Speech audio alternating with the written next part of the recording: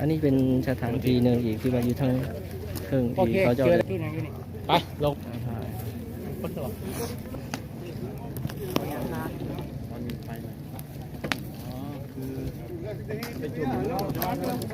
ใช่ไม่ใช่ มันเป็น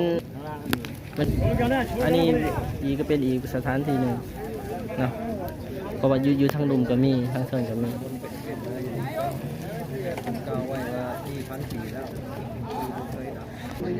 นี่อันนี้เป็นโยมมุมทางเทิงเนาะ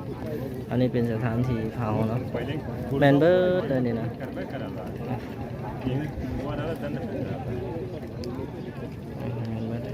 อันนี้กับเผาอยู่ทางเทิงคือหลังจากที่ตายแล้วเขาเจ้าก็เอามาล้างน้ำแล้วก็มาเดียนคิวครับหลังจากเดียนคิวแล้วเขาเจ้าก็เอามาขึ้นห่างไฟเอามาจุดแบบเหตุแบบนี้เป็นสถานดี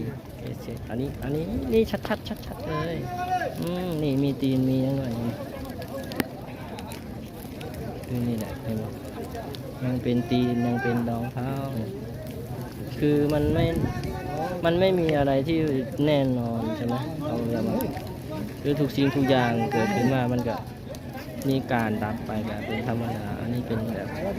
อันนี้ตีนนั่นก็ตีน